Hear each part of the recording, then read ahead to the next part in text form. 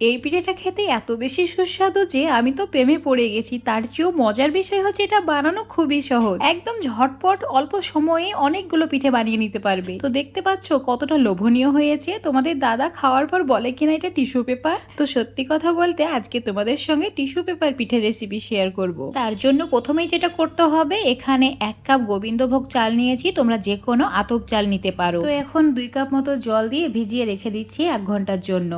এদিকে চুলোর উপর কড়াইয়ে কোরানো নারকেল নিয়েছি, ওই 2 কাপ মতো হবে। এবার এর মধ্যে খেজুর গুড় দিয়ে দিতে হবে 150 গ্রাম মতো। খেজুর গুড়ের পরিবর্তে তোমরা চিনি বা আখের গুঁড়ো ব্যবহার করতে পারো।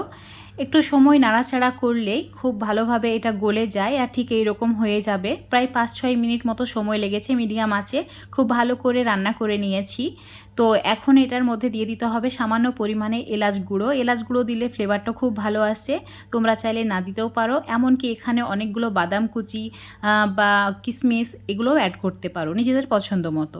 তো আমি কিছু দিচ্ছি না, এভাবে এটা রেডি করে নিয়েছি। তো নারকেলের পুরটা রেডি, একটা প্লেটের মধ্যে তুলে রেখে দিচ্ছি ঠান্ডা করে নেওয়ার জন্য। এখন তোমাদের 1 ঘন্টা পর দেখাচ্ছি। চালের জলটা ফেলে দিয়ে 2-3 বার ভালো করে ধুয়ে নিয়েছি, আর চালটা দেখো ফুলে একদম ডাবল হয়ে গেছে। এখন এই ভেজানো চাল একটা মিক্সচার জারের মধ্যে নিয়ে নিতে হবে। তারপর মিক্সচার জারে দিয়ে দিতে হবে আগে থেকে জাল করে ঠান্ডা করে নেওয়া দুধ। তো 1/2 কাপ মতো দুধ এখানে অ্যাড করছি। 1 কাপ চালের জন্য 1/2 কাপ দুধ লাগবে। একদম একটু সময় নিয়ে মসৃণ করে পেস্ট করে নিতে হবে। তারপর ঠিক বাটিতে এইভাবে ঢেলে নিয়ে দিয়ে দিতে হবে স্বাদ মতো নুন।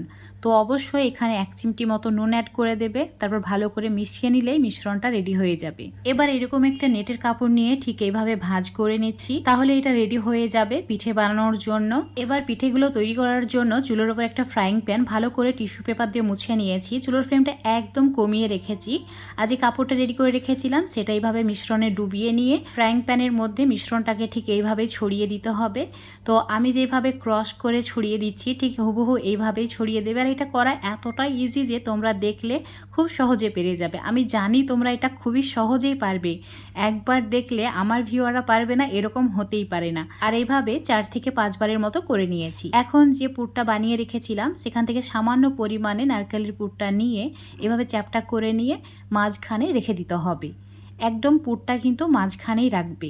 তারপর একটা হাতা বা চামচের সাহায্যে এইভাবে ফোল্ড করে নিতে হবে। আমি যেভাবে ফোল্ড করছি হুবহু সেভাবেই ফোল্ড করে নেবে, তাহলে দেখতে একদম টিস্যু পেপারের মতোই মনে হবে। এটা যদি কাউকে সার্ভ করা হয় দেখে একদমই বিশ্বাস করতে পারবে না যেটা পিঠে, মনে করবে টিস্যু পেপার খেতে দিয়েছি। তো এইভাবে ফোল্ড করে নেওয়ার পর এখন ফ্রাইং প্যান থেকে তুলে নিতে হবে। বেশি লাল করে কিন্তু সেঁকা যাবে না, না হলে সাদা ভাবটা নষ্ট হয়ে যাবে। হালকা একটু সেঁকা হয়ে গেলেই মাঝে পুরটা রেখে দিয়ে সঙ্গে সঙ্গে ভাজ করে ফেলতে হবে। আর প্রথম থেকে শেষ পর্যন্ত চুলোর ফ্লেমটা একদম লো করে রাখতে হবে। তো একইভাবে সব পিঠেগুলোকে রেডি করে নেব। আর এই পিঠেগুলো একদম ঝটপট বানানো যায়, দেখতেই পাচ্ছ কতটা সহজ। যেমন ওপরটা শুকিয়ে আসবে সেই মাঝে পুরটা রেখে দিয়ে ফোল্ড করে নিতে হবে। টু ইজি, তাই না? তো আমি জানি তোমরা খুব সহজে এটা পেরে যাবে। অবশ্যই এই শীতে একবার হলেও পিঠেগুলো বানিয়ে খেয়ে দেখবে, আর বাড়িতে যাকেই বানিয়ে খাওয়াবে সেই তোমার প্রশংসা করতে বাধ্য হবে। তো দেখতেই পাচ্ছ সব টিস্যু পেপার পিঠেগুলো রেডি হয়ে গেছে। তো এখন গরম গরম সার্ভ করে নেব।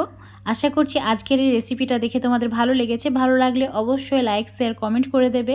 ফেসবুক পেজ থেকে দেখলে পেজটিকে ফলো করে নেবে, ইউটিউব থেকে দেখলে চ্যানেলটিকে সাবস্ক্রাইব করে রাখবে। এই পিঠেটা এত বেশি পাতলা যে ভেতরের পুরটাও দেখা যাচ্ছে। এটা মুখে দিলেই গলে যায়, দারুণ লাগে খেতে। যেহেতু আমরা এখানে দুধ ব্যবহার করেছি তাই উপরটা খেতেও দারুণ সুস্বাদু হয়। তো বন্ধুরা অবশ্যই এভাবে একবার পিঠেটা বানিয়ে খেয়ে দেখবে।